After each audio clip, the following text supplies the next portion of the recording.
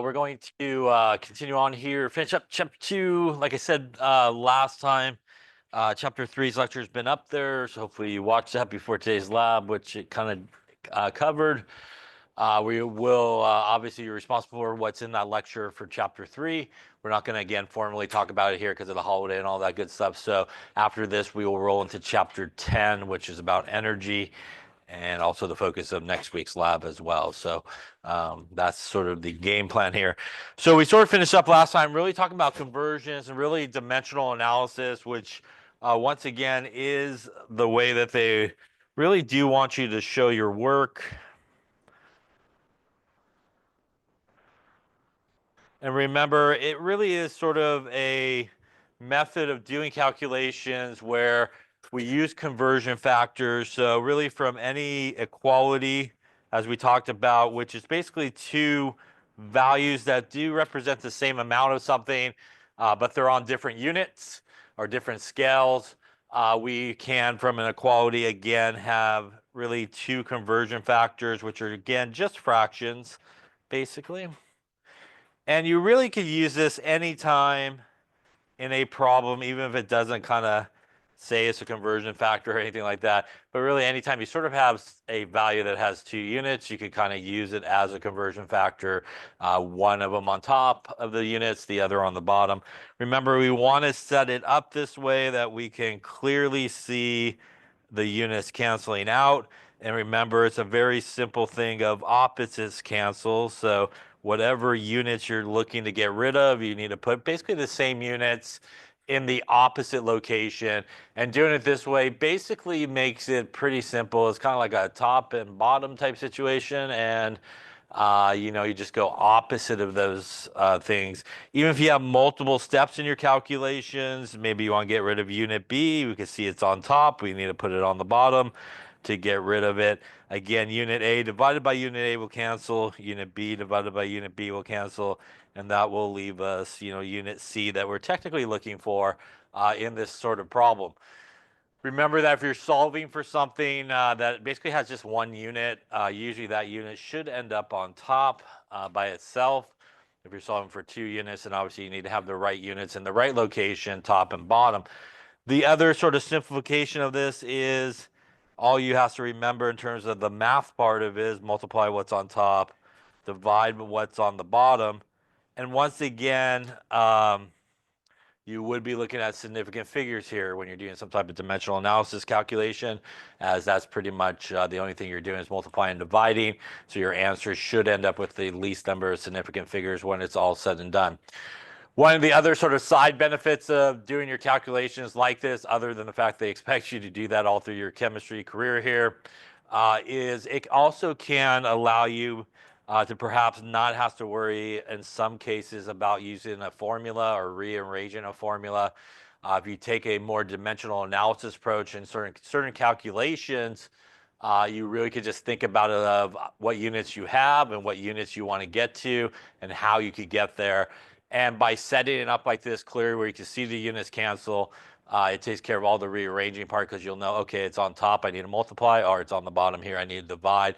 You don't have to kind of figure out rearranging formulas sometimes. So sometimes that's really a helpful aspect of dimensional analysis. Any questions on that there?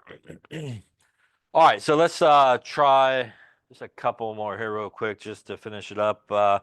Let's say we had 55.6 miles per hour you're driving, and you want to know basically how many kilometers per minute that would be. And I'll give you something that might be helpful. One of those ones you maybe should know. 1 kilometer is 0.621 miles here. Also, why don't you also do this one? Let's say we had 35.6 cubic centimeters, and we want to know how many cubic feet that would be. So 1 inch, again, something you should know, 2.54 centimeters. All right, so I want to take a few minutes for each of those, solve them correctly using dimensional analysis to do so. I'll do it as well since I made it up and hopefully get the same answer. Thank you very much. Okay, so let's take a look, see how you're doing. So we'll start with the first one here where we have 55.5 miles per hour. And we want to know how many kilometers per minute. Really, you want to think about this since you have two units. It's really kind of two conversion factors. You got to get the top basically to kilometers. You got to get the bottom to minutes. And usually when you have two units, the number stays with the top unit and the bottom units consider that there's only one of it in that case. We obviously here from this equality have a direct conversion from miles to kilometers and back and forth. Hopefully, you know, 1 hour, right, is 60 minutes, I hope. Yeah, so that is, again, our conversion that we can use to get between those. So again, we do want to set this up dimensional analysis, and it's really important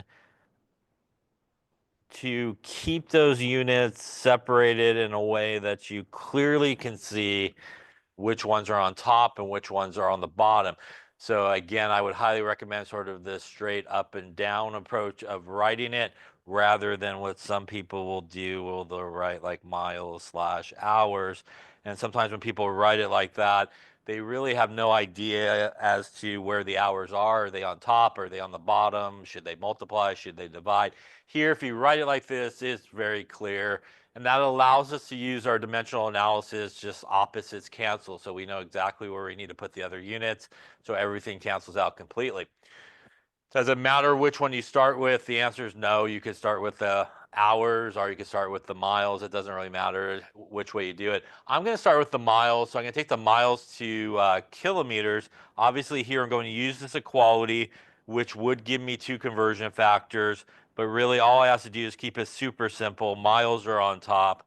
I need to get rid of miles, which means it needs to go in the opposite location, which is the bottom, and kilometers would go up on top. If I stopped the calculation right at this point, the miles would cancel, and the units I would be in is kilometers per hour in this case.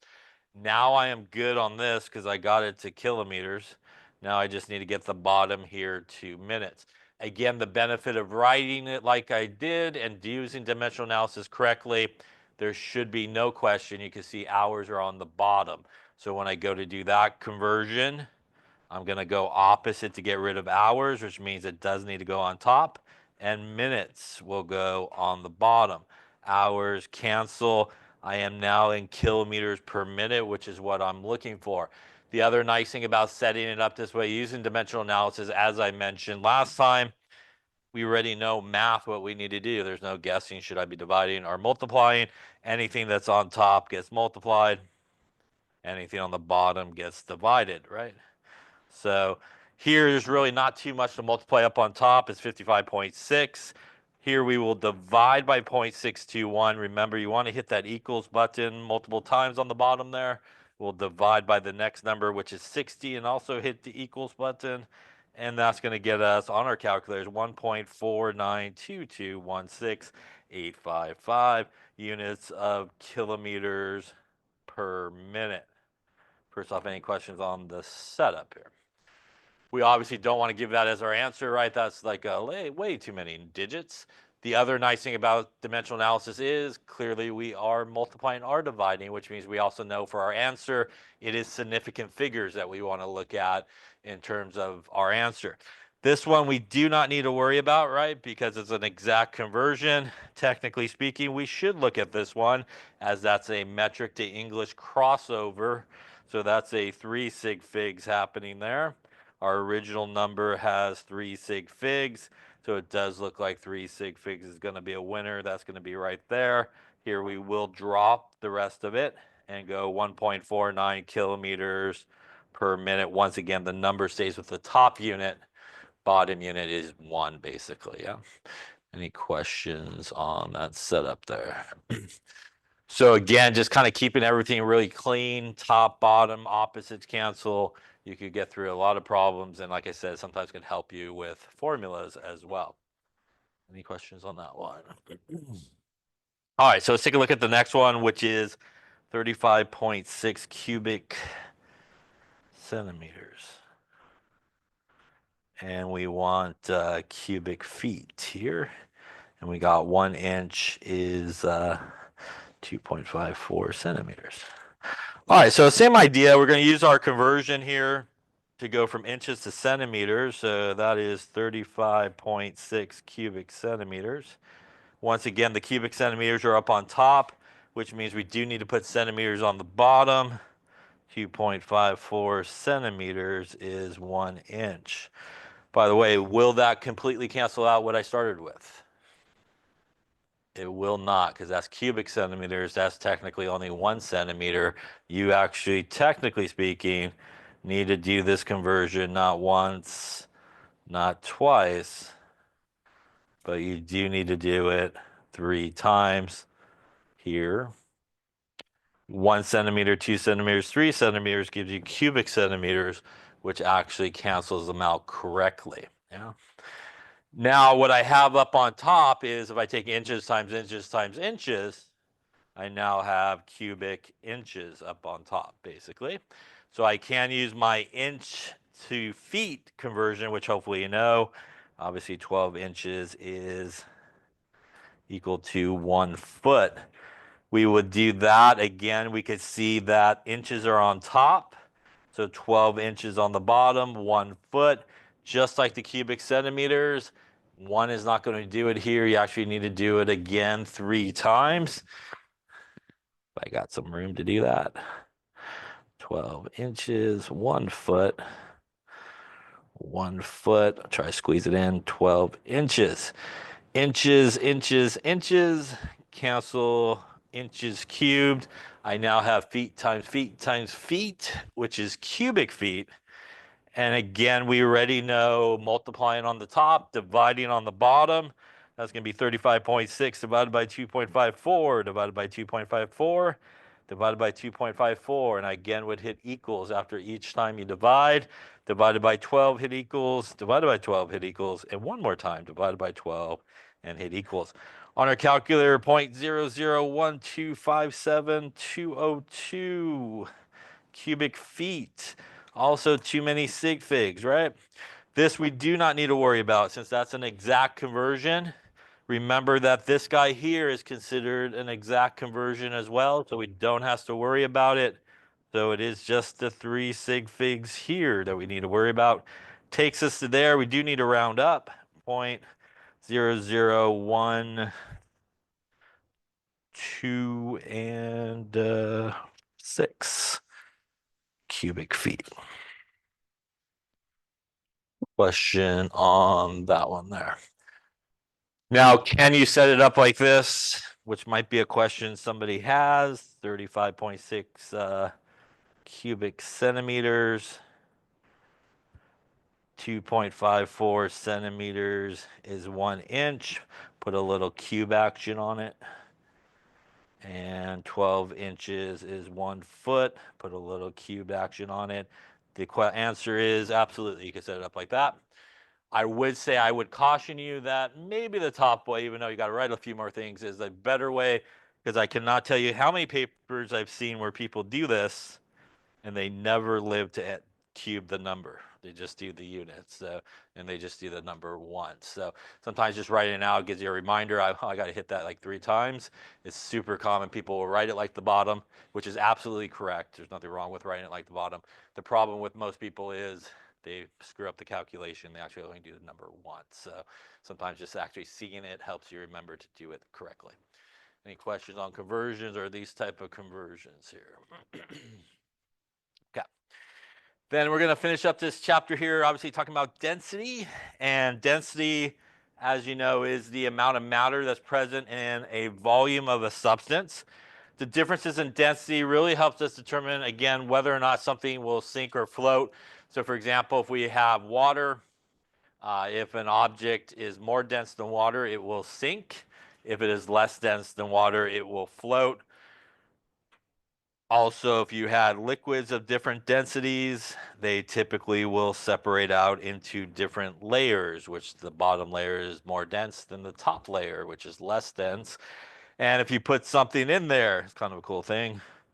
It might just float between layers, which means it's heavier or more dense, really, than the top layers, and it's less dense than the bottom layers if you put something in there that kind of just floats between layers and stuff like that. Now, when we talk about density, the density of water is something they do want you to know, and that is 1 gram per milliliter or 1 gram per cubic centimeter. Remember, again, a milliliter and a cubic centimeter are basically the same. So that is a value that you should know. And pretty much I would say that if you come across a problem somewhere along the way and you need to use the density of water and it's not given to you, just use 1 is pretty much the right number to use. I will also say that, as we'll talk a little bit about, as we'll see as you go through the semester, especially with some experiments, the density actually does change with temperature. So technically speaking, as the temperature changes, so is the density. But it's a pretty standard rule that if you're doing some type of problem, you could assume that the density of water is 1. It will change with. So common units of density, as you can see on the bottom, for solids and liquids, grams per milliliter or grams per cubic centimeter. For our solids, our liquids. Remember, once again, as I just mentioned, 1 milliliter is the same as a cubic centimeter. Although we don't really deal too much with it in this particular class, you will see it when you go to 1A. If you're dealing with gases, the density of gases are usually given in grams per liter. So that's a very common unit for gases to have their density in grams per liter. We don't deal too much with that in here, but you sometimes will see it. So density, which is mass divided by volume, it is obviously a formula that you can rearrange. So volume is equal to mass divided by density, and mass is equal to volume times the density. Sometimes people remember this by the DMV triangle. Everybody loves the DMV. There you go. Density is mass divided by volume. Volume is mass divided by density. And mass is density times volume. So sometimes it's a good, easy way to sort of remember it and how to rearrange it correctly. Again, in terms of density, when you solve for it, the number stays with the grams part, and it's usually per 1 milliliter or cubic centimeter. Again, it's typically how you display it. All right, so let's take a look at one here. A block has a volume of 25.3 cubic centimeters. Its mass is 21.7 grams. What is the density of the block? So take a moment or two, see what you come up with. Okay, so let's take a look in chemistry, just in general, and especially this type of problems or other problems along the way. Sometimes it's really helpful to just kind of pull out the information and see what you got. So you got volume, that's 25.3 cubic centimeters. You got a mass that is 21.7 grams. We know obviously density is mass divided by volume. So I got my mass and a volume, so I am good to go. Basically, just going to plug and chug into this. 21.7 grams divided by 25.3 cubic centimeters in this case. That's going to get us here on our calculator 0.85770751 grams per cubic centimeter. Remember, we always want to do sig figs here. So here we're dividing, so we are looking at significant figures. Top number 3 significant figures, bottom number 3 significant figures. That means we're going to come out to here. We look at the 7, we will need to round up, 0.858. Again, the number stays with the grams part, and cubic centimeters there on the bottom. Any questions on that one there? Okay. Now, when we get the volume, much like you did in that experiment, there are a few different ways that you can get a volume. Obviously, some that we've done, you can very simply put, some liquid or whatever into a graduated cylinder and take an actual reading. If you have like a cube, like your little wooden square, you can take the length times the width times the height, do your centimeters times centimeters times centimeters, giving your cubic centimeters, which is a volume. And the last very common way, especially if you have some type of solid and you want to figure out the volume of it, is you could do volume by displacement. And again, that's what you did with the stopper in that experiment, part 2, I think, of it. You basically take a container that has a liquid in it like water, and you take an initial reading. You take a solid object like somebody jumping in. And as they jump in, that object will basically displace a volume that's equal to their own volume. And we will see, obviously, here the volume rise. And we can take the difference between these two volumes, and that will give us the volume of the object by taking basically our final volume minus our initial volume. So that's a very easy way to figure out the volume of an object, like you did with the stopper last week. You pop it in there, take a reading before, take a reading after, subtract it, and you get it. Hopefully those are stairs she could get out of the tube, the tank there. All right. So let's try one here. A student fills a graduated cylinder with 25 milliliters of a liquid. They then put in there a solid. The volume goes to 33.9, and the mass of the solid is 63.5. What is the density? So take a few moments there and see what the density here of this. Let's take a look. So kind of a similar situation to what you did in lab. So you got a graduated cylinder. It's got an initial volume here of 25 milliliters.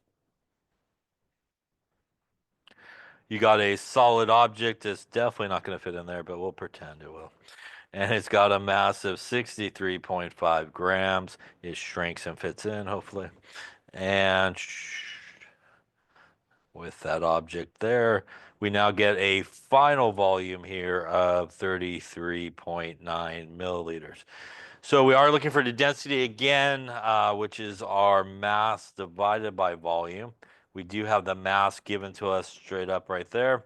We do need to get the volume here by displacement. So again, our volume of our object here going to be final volume minus initial. So in this case, we got 33.9 milliliters minus 25 milliliters. That is going to give us 8.9 milliliters as we're subtracting. So we're going to decimal places here. We are then going to go into our density equation because obviously that is the volume. So density here would be our mass, 63.5 grams, divided by 8.9 milliliters in this case. And that will get us here on our calculator, 7.134831461 grams per milliliter.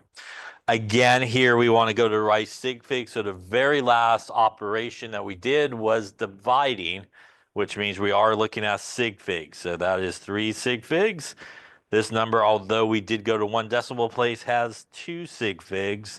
That means 2 is a winner there, 7.1 grams per milliliter, really based off of this calculation here that we did with the volume. Again, we're subtracting, so we do go to decimal places. Although this number here has 1 decimal place, it ends up giving us 2 significant figures for our last part of the calculation where we're looking at significant figures. So again, you want to kind of keep track of everything along the way until you get to the end. Any questions on that there?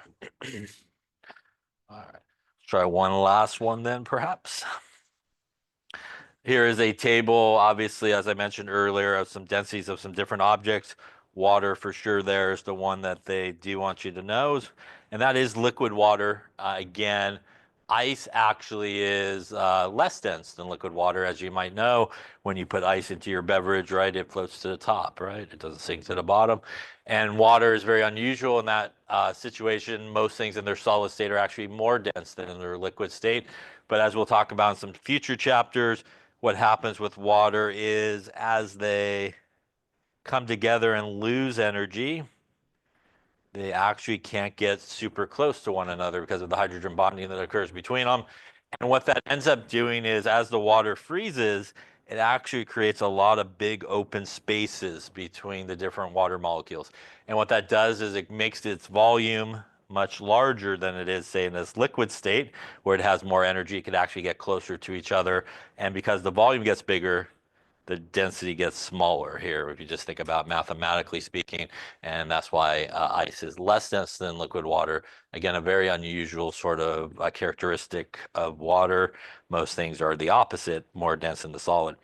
Here, all these things would obviously sink, and these guys here would do some floating. At least the liquid parts would. All right, so let's try one more here. A student needs 150 cubic centimeters of salt for an experiment. If the density of the salt is 2.16 grams per cubic centimeter, how many 1 pound boxes of salt would they need? Again, another conversion that you should know. 1 pound is 453.6 grams, and they call that an exact conversion here. All right, so take a few moments, see what you come up with. How many boxes am I going to need here? Okay, so let's take a look. Again, if you pull out the information, it can be helpful. We have 150 cubic centimeters. So that is a volume. We actually have the density given to us as 2.16 grams per cubic centimeter. And again, the number stays with the grams part is 1 cubic centimeter. So again, if you're not sure kind of where you should go from here, we could think about the density equation. We obviously have the density, we have the volume. So mass seems like a pretty good idea here. Mass would equal, in this case, volume times density. Now, let's just say, for example, I don't know, you had a bad day and you can't remember the density equation or how to properly rearrange it.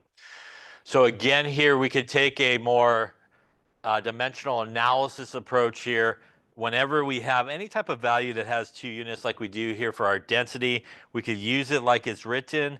We could also, if we needed to, flip it around and use it as a conversion factor. So if you take a more dimensional analysis approach here, and maybe you couldn't remember maybe how to do this or some other equation, all you have to do is what we were doing here with our kind of conversions, which is I need to get rid of my centimeters and I need to end up with grams. So in this case, we're just going to go opposite where centimeter cubed is on the bottom, and that is the first one, 2.16 grams per cubic centimeter. And now without even having to remember the formula, just kind of getting rid of the units I don't want, keeping the units I do, I just rearrange that formula correctly, which is basically volume times density. I also know, because it's dimensional analysis, I know the math already I need to do, which is multiply the top, divide the bottom, which again gives me the correct math that I need to do here as well. So again, using dimensional analysis can be very helpful in that aspect. There are certain formulas that you might not even have to worry about, and just think of it more like a dimensional analysis problem to solve for. That does give us 324 grams on our calculator. Once again, we do need to shoot for right sig figs here. We do need to look at the density, which has 3 significant figures. This guy, the way it's written, has only 2 in this case. And that means, technically speaking, if we were going to give the grams as our answer, probably 320 grams would be more appropriate, as it has 2 significant figures in this case. First off, question on that there. We also want to remember to actually answer what the question asks. In this case, the question actually asks how many 1 pound boxes you need, which clearly 320 grams is less than 456. So 1 box will do just fine. You'll have some left over to take home with you, I suppose. Yes, put on your fries or something. Any questions on that there? All right, so again, take that dimensional analysis approach, can be very helpful without having to rearrange certain equations. And again, the math is sort of set out for you correctly. Any questions on density, conversions, any of that type of stuff there? All right, so that is chapter 2. We're going to go off to, like I said, chapter 10 next, I believe. Okay, so as I mentioned earlier at the start, chapter 3 has been up there for a bit, so make sure you watch it. You're responsible for it. It is going to be on exam 1. And obviously, this chapter here is actually the last chapter that will be part of exam 1. Dare I say that's coming up in a couple of weeks, if I'm not mistaken. So just keep a heads up. Make sure you are working on your homework as well through these chapters. So in this chapter, we're going to talk about energy. So we're going to skip a little chapters, but we're going to come back to them. So we'll try to fill in some information because, you know, the person that wrote the book probably assumed you read the chapters before you got to chapter 10. So there might be some information we'll try to fill in as we go along in this particular chapter. So the study of energy in this class and in general is what is sometimes referred to as thermodynamics. and it's kind of the first law of thermodynamics. You'll talk more about energy in 1A, and in 1B, you'll talk about the rest of thermodynamics that we deal with here. So let's talk a little bit about some important aspects when we're dealing with sort of thermodynamics. There's usually two parts of the area that we look at. One is what is referred to as the system. So we have a system, and the system really is sort of anything that you're using in your experiment, for example. So if you're doing something in the test tube, your test tube's your system. If you're doing an experiment in a beaker, the beaker is your system, and stuff like that. Everything outside of your system is what's considered the surroundings. So, if you have your beaker in a room, all the air and everything outside of the beaker is considered the surroundings. And what we look at a lot of times with energy is the idea of the flow of energy from, for example, the system to the surroundings, or the surroundings into the system. So we oftentimes look at the flow of energy going in both directions. When we talk about systems, there's a few different types of systems that we come across. One type is an open system, and much like the name implies, you pretty much can take mass out of the system and you can have energy exchange. So a very simple example would be a beaker with no lid on top of it, just an open beaker. If you wanted to, you could go in there and take out whatever's in the beaker, right? You could take the mass out. And if you did something to the beaker, like put it on ice, the beaker would get cold, right? Or if you heated it up, the beaker would get warm. So there's the exchange of energy that can happen with it. There's also a closed system, like if you took a flask and you put a stopper on it. So if you put a stopper on a flask, that's going to prevent matter from leaving, right? But you will still have exchange of energy. You could heat it up, it'll get hot, it might get cold, depending on what's going on inside the flask, outside of the flask. Then we have an isolated system where we really have no transfer of either, no transfer of mass, no transfer of heat or energy. It's pretty well isolated, insulated, however you want to kind of think about it. Everything that's happening is all a result of what's happening inside that sort of system. No outside factors are going to come into play or anything like that. No outside energy is going to come into play from the surroundings, nor is the surroundings going to suck out any energy or something like that that's going to happen. You don't have any transfer of mass either. So here again is that situation. You could again take stuff in and out. You also have the heat in and out. Putting the sort of stopper on it prevents anybody from leaving, but you still have the exchange. And here it's just a total isolated type situation. Nobody's leaving. And again, no outside sort of influence from the surroundings is going to affect what's inside, for example, that system in that particular case. So when we talk about energy, there are different types of energy. Energy is the capacity to do work or produce some type of change. And as we'll talk about in this chapter and other chapters along the way, there are really kind of two types of processes that we think about when we're talking about energy. And one is what is referred to as a exothermic process. And an exothermic process, heat and energy is released. The other very common type of process that involves energy is what is known as a endothermic process. And that is when heat and energy is absorbed.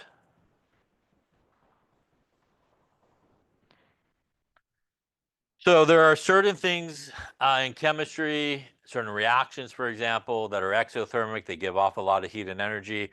For example, when you light a match, right, or a Bunsen burner, right, you could feel the heat and energy being given off, right, if you kind of put your hand near it. Endothermic is processes where, energy is absorbed. You will maybe experience this along the way. For example, in an endothermic reaction, if you were holding on to a test tube that had an endothermic reaction, it would feel quite cold to you. It will start to feel really cold as it's sucking the heat and energy out of your hand. This is why it feels really cold to you, by the way. Those are like with those warmers, right? Hand warmers and hand cooler type things that you cracked as a little reaction. Either sucks the energy out of your hand or puts energy into your hand, right? So if your hand gains all that energy, it feels really warm, right? And if you want something to cool it down, it will suck the energy basically out of your hand, and your hands will feel colder in those type of situations. There are different types of energy that we come across. There's chemical energy, and this is energy that's stored within the structure of a substance. So for example, if we had a bond, a chemical bond between two elements or atoms, and I wanted to break that, would I need to put energy in to do that or remove energy to do that? What do you think? If I had a bond, I want to break it, do I put energy in or do I got to take it out? You just put energy in. So if you have a bond like this, they're bonded together. When you put energy in, it's endothermic, right? So each of these guys gain energy. They get enough energy to kind of wiggle away from each other. Happens just like that. No, it doesn't, but sort of. So they gain enough energy basically to break apart from one another. So that's really an endothermic process. And the same idea, if you wanted to kind of make a bond between them, the opposite is true. Before you make the bond, everybody has a lot of energy. So as they release that energy, they kind of slow down, and that's going to allow them to kind of hook up together because they're not moving as fast or not as crazy with all the energy. They've lost some energy. It allows them to kind of come together. And when you make a bond, for example, it's an exothermic process. It allows, again, those guys to really come together efficiently. Where do we see a lot of exothermic, endothermic type of thing? Phase changes as I go from solid, like an ice cube, to liquid, to gas. That is all endothermic, right? If I take an ice cube out, what happens to it? It starts to melt, right? And if you take some liquid water and you want to make some pasta, you put some fire under it and you start boiling it, and it starts to boil, which means the liquid water goes into the gas phase, which is all the steam that you see coming off of the water and stuff like that. Those are all endothermic processes, right? As you go from solid to liquid to gas. Heat flows from cold to hot or hot to cold? Which way does it go? Heat flows from hot to cold. Yeah, so energy and heat kind of flows from the hotter object to the colder object. That is why your ice cube melts when you take it out of the freezer and you do nothing to it, because the air outside is warmer than the ice cube. So all the energy from the air goes to the ice cube, it starts to melt, and you got liquid water everywhere, basically, right? Also, why when you want to make ice cubes, if you ever done that, put water in a tray, right? And you put it in the freezer. When you put your room temperature water in your tray to make ice cubes in the freezer, the water is hotter than the freezer air, right? So all the energy from the warmer water will actually leave the tray of ice that's going to become, and that will allow it to come together and make ice cubes as it loses all that heat and energy to the surrounding freezer, basically. People don't make too much ice cubes these days, I don't think, but they used to do it a lot. Other types of energy is potential energy. Potential energy is the energy there based on the position of an object. So the classic example in all books usually is like the giant boulder on top of the hill that's about ready to fall. It's got a certain amount of potential energy based on its position. Energy can go from one form to the next, but we don't lose it, and that's the law of conservation of energy. We don't gain or destroy energy, but it can go from one form to the next. So for example, when that boulder goes over the hill, it picks up some kinetic energy, which is the energy of motion, until it hits the ground. Hopefully nobody's underneath it, right? And it will transfer that energy to the ground or somebody underneath it as well, right? So it will do that as well. So when we think about energy, especially in chemistry, we think about it as a really kind of perfect transfer of energy from one thing to the next. So if somebody loses a certain amount of energy, say 5 kilojoules of energy, somebody else needs to gain 5 kilojoules of energy. So there's a sort of perfect transfer of energy. It may go to multiple places, but we don't lose it anywhere, and we don't gain it anywhere as well. Any questions? Yeah.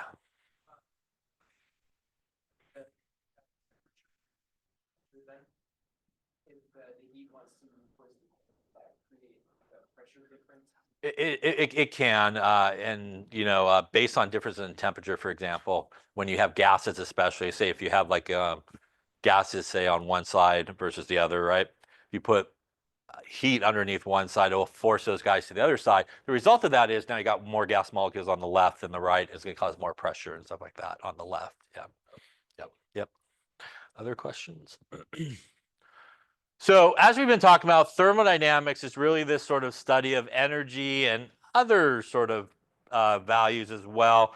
But thermodynamics in terms of this class and the next class that you take, which is 1A, it really deals with the energy aspect of it, which, as I mentioned before, is the first law of thermodynamics. When you get to 1B, you'll talk about the second and third law of thermodynamics. And a lot of times when you talk about it sort of in the 1B aspect of it, chemistry 1B, we talk about thermodynamics and the idea of whether or not a reaction will actually take place. That's sort of what we kind of use it for. Has nothing to do with how fast or slow, for example, a reaction will take place, but we use thermodynamics to sort of predict, are the conditions very good for a reaction to take place just by itself, which is referred to as being spontaneous, or not. Now, one of these type of properties is what are the state properties and are state functions. And state functions are really properties of a system that are independent of how you got there. So it doesn't really matter how you get there, just get there if you can, they say. So it doesn't matter if you took the scenic route there, it doesn't matter if you went straight there. What really matters when you're dealing with a state function is where you started. For example, these guys here hiking, they started down here, and where they ended. They both ended in the same location up here. And things like energy, pressure, volume, and temperature, these are all what are referred to as state functions. It doesn't matter how you got there. The only really two things that are most important is where you started and where you ended, and really the difference between where you started and where you ended. As you can see here, our blue guy took the more scenic, or the straight route up the mountain. The red one took the more scenic route above the mountain. But their potential energy is really the same because they both started and ended basically in the same location. If you take the difference, they have the same difference in potential energy. And sometimes people think, for example, if you see a chemical reaction like A plus B goes to E plus F, that all these reactions always occur in like a one-step situation, like it goes directly from the left there to the right. And that's not really the case. Sometimes reactions happen in multiple individual reactions. So for example, what might happen in this case is A plus B makes C plus D. Maybe then C plus D come together to make E plus F. I know my alphabet, that's good. And if we add these together here, and when you add reactions together, what you do is anything that's on the left-hand side of the arrow in one and on the right-hand side of the arrow in the other, they actually will cancel out like they're subtracting each other. And then you just keep everybody on the left-hand side, so that would be A plus B, and everybody on the right-hand side, E plus F. And it'll give you that overall reaction we were looking at. So in this particular case here, this reaction occurred in two steps. Now, if I knew the energy for this step and I knew the energy for this step, I could just frankly add them together and I'll get the energy associated with this overall reaction. So it doesn't matter if it happens in two steps, it doesn't matter if it happens in 3 steps, 4 steps, 5 steps, 1 step. What is important is where they begin and where they end. And that's why when we look at energy, and a lot of ways that we could calculate sort of the energy of a reaction is when we look at a reaction, which by the way, again, they assume that you probably have done this chapter already, but we haven't. So reactants on the left-hand side of the arrow is what you start with in a chemical reaction. And on the right-hand side of the arrow are what are referred to as products. And that is basically what you end with or are produced in a chemical reaction. So very common way that we calculate energy, which is known as, for example, the enthalpy of a reaction, we'll talk about a little bit in this chapter, is we take all the energy of our products, which is where we ended, and we subtract it from all the energy of our reactants, which is where we began, kind of a state function. Where you end and where you begin, and again, is the most important thing, say, in a chemical reaction. where your energy of your products end versus where the energy of the reactants started is most important. By the way, this is the change in energy, internal energy, change in pressure, change in volume, change in temperature, and you can see that each of them are final minus initial. Also, the little triangle is the delta symbol, and it means change in. So that's what the delta symbol means. Delta E means the change in energy. Delta P, change in pressure. Delta T, change in temperature in this case. Any questions on that? Now, when we talk about energy, there's certain units that we associate with energy and some of the things that you should know. None of these are negative. That's just from PowerPoint, so none of these are negative along the way. So the SI unit for energy is the Newton meter, which is the N and M. And that equals a kilogram meter squared and second squared over second squared. Very common units of energy are joules or kilojoules. So those are two very common units of energy. 1 joule, by the way, does equal 1 kilogram meter squared second squared. That is a conversion you probably should know because it does pop up a lot in chemistry along the way. I would say probably more in 1A and 1B than it will here, but you will probably see it along your way in your journey. A joule is equal to that. Another very sort of common unit of energy is a calorie, which is a lowercase C, or a kilocalorie. And the relationship between that is there's 1,000 lowercase calories is 1 kilocalorie, and that is something you should know. And 1 kilojoule is 1,000 joules. That also is something you definitely should know. That is really our kilo prefix that we talked about in chapter 2, basically 10 to the 3, which is 1,000. I say lowercase c on the calories because there is, of course, capital C, dramatically drawn there. And that is more of a nutritional calorie rather than a regular sort of calorie, like, how many calories you ate or how many calories you burnt on the treadmill, all those type of things. One nutritional calorie, capital C, is equal to 1,000 of the little c calories, and that equals 1 kilocalorie. So if you're ever on like the treadmill, sometimes they won't tell you how many calories you burned, but they'll tell you how many kilocalories you burned, which is the same as a nutritional calorie on there as well. So for the most part, we don't deal too much with nutritional calories in here, but if you do see that capital C, it's not like a typo. It actually does mean a different unit of energy, which is a nutritional calorie versus a regular calorie. The relationship, or what a calorie is the amount of heat or energy that's required to raise 1 gram of water by 1 degree Celsius is basically the definition of a calorie. And this conversion you do need to know for sure, going between calories and joules. There is 4.184 joules in a calorie. That 4.184 number we will see very shortly. That is also the specific heat capacity of liquid water.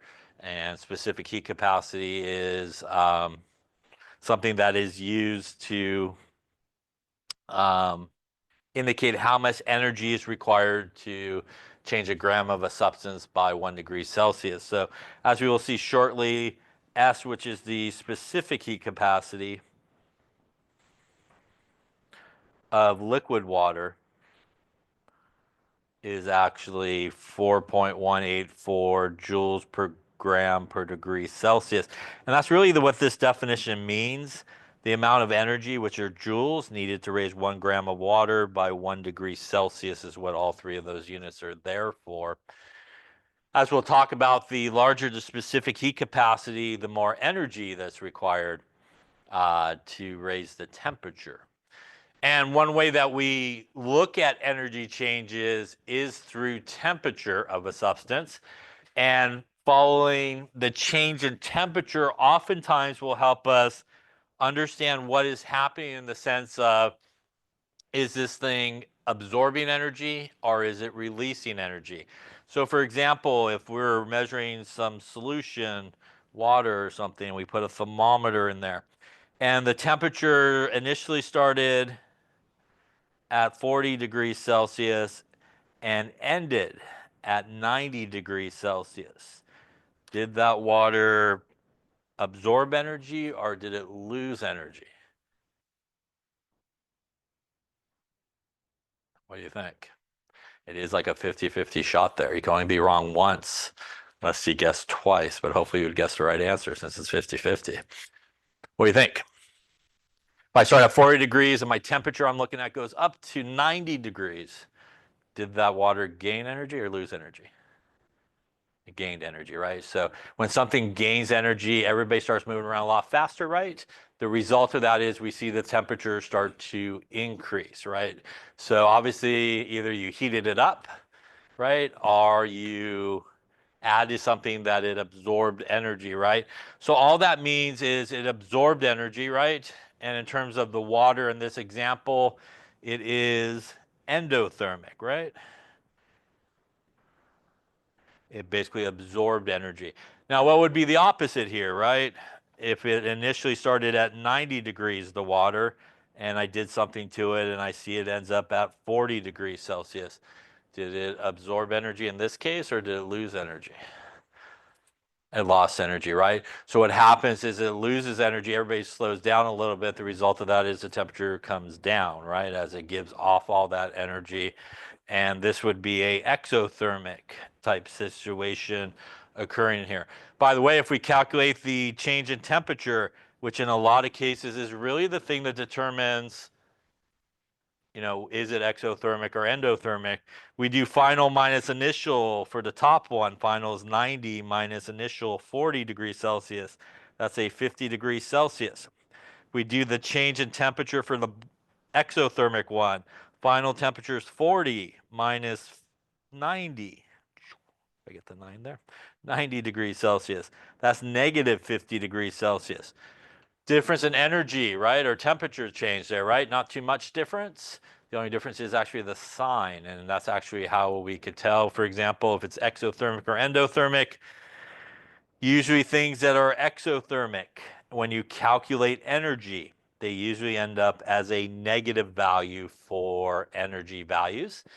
And if you calculate something, energy for something that's an endothermic process, it is usually a positive value.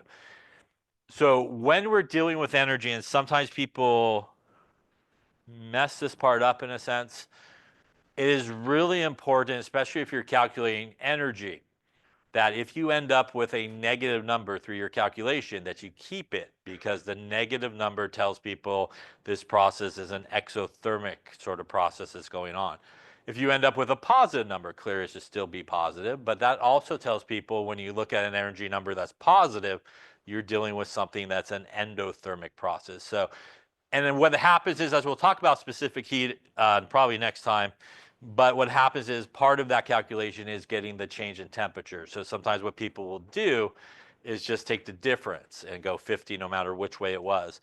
But here again, the change in temperature is really important in a calculation like that, whether it's the top one or the bottom one, because the end result is either you'll end up with a positive or negative value for energy.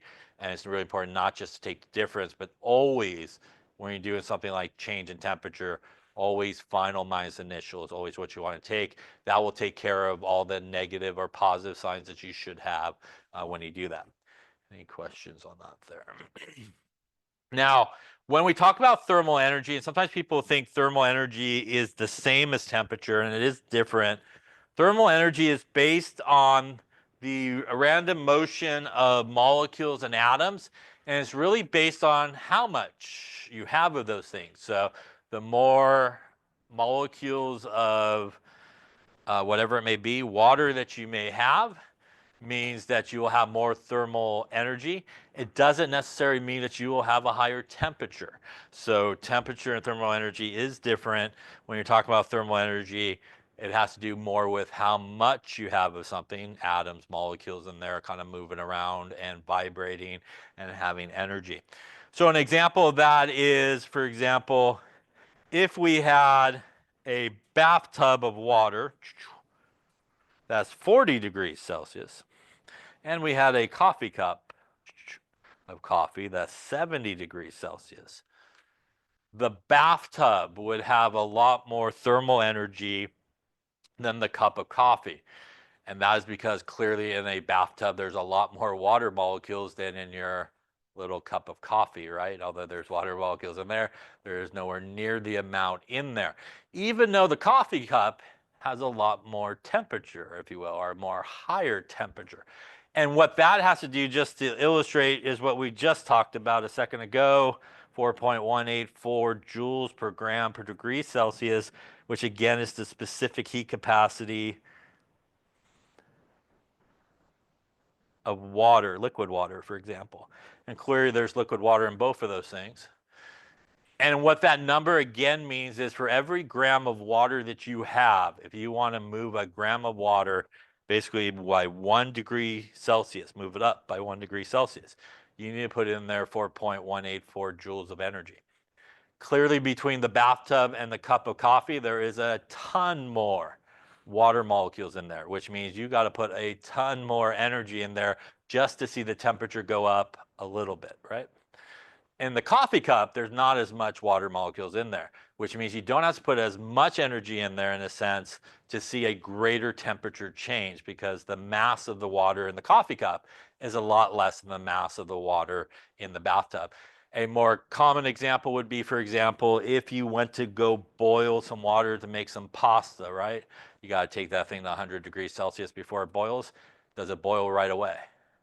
Does not, right? You got to put the flame on there for a while, right? Because you have a lot of water and you got to put a lot of energy overall to get it up like 75 degrees to the boiling point, basically, to get it to boil. Now, if you took this same idea with just a little bit of water, right, in like a small thing and you put it on the fire, that thing's going to boil real quick and evaporate, right? So if you had like a beaker of water, that little bit of water's in the beaker, it will start to boil really quick, a lot quicker than the beaker was full of water, right? Because it takes a lot more energy to do so. So that is the difference here between that. That is also why, again, when people talk about global warming, they talk about the ocean temperature. And they go like, hey, the ocean temperature went up by whatever, a fraction of a degree. And people go, well, it doesn't seem all that bad. It's just like a little bit up, perhaps. And that is, if you think about the ocean, how much water there's in there and how much energy is needed just to move that much water that little bit of a degree. It's a lot of energy that's needed to do so. And that's what people, think about sort of like global warming, the aspect of it. And some people go, well, it's not all that much of a difference. But if you think about the quantity of water you're moving, it takes an enormous amount of energy just to kind of tick it up just a little bit. And it's kind of the same idea again as just boiling water here. So again, definitely a difference between thermal energy and temperature.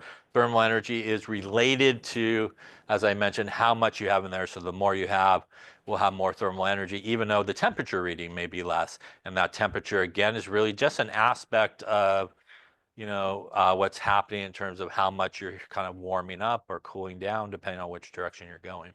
Any questions on that there? Now, heat, as we talked about, again, does flow from hot to cold. So usually the hotter object will get cooler, the cooler object will get hotter. And exothermic processes, as we talked about, is the process that will essentially give off heat and energy. It will release it. And again, striking of a match is an example of that. Also, as I mentioned earlier, if you lit a Bunsen burner, the fire coming off is obviously an example of that as well. Endothermic process, as we've been talking about, is again anywhere where basically energy is absorbed from, say, the system from the surroundings. Now, again, we'll talk about both of these things as we go through it, but there's kind of two ways that in chemistry we sort of look at exothermic processes, endothermic processes, and basically how they're sort of displayed as numbers. So one way that they're displayed is what is known as delta H, and that is what is known as the change in enthalpy.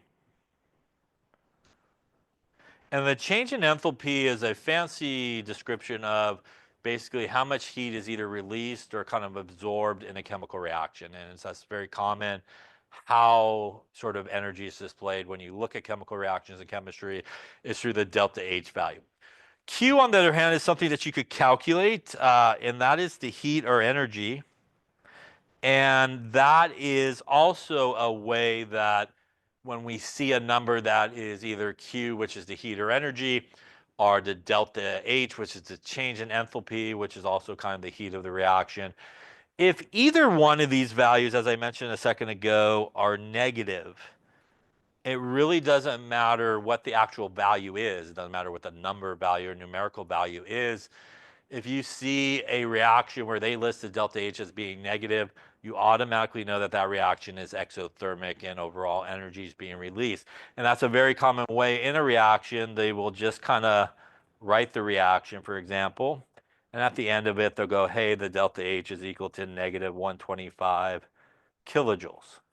And the 125 is not important, but seeing the negative value there for that reaction tells you that it's a exothermic type of process. Same idea for endothermic. Delta H, RQ are typically positive values. So again, if you see a reaction sort of written, and at the end, they go, hey, the delta H is positive 325 kilojoules. Again, the number is not super important. It is the positive there that's important. And again, seeing that positive value will tell you that's an endothermic process overall. And overall, somewhere along the way, people are absorbing energy. Any questions on that there? And I think we will actually lay it up there. It's probably a good place. It's going to take more than a few minutes to talk about these.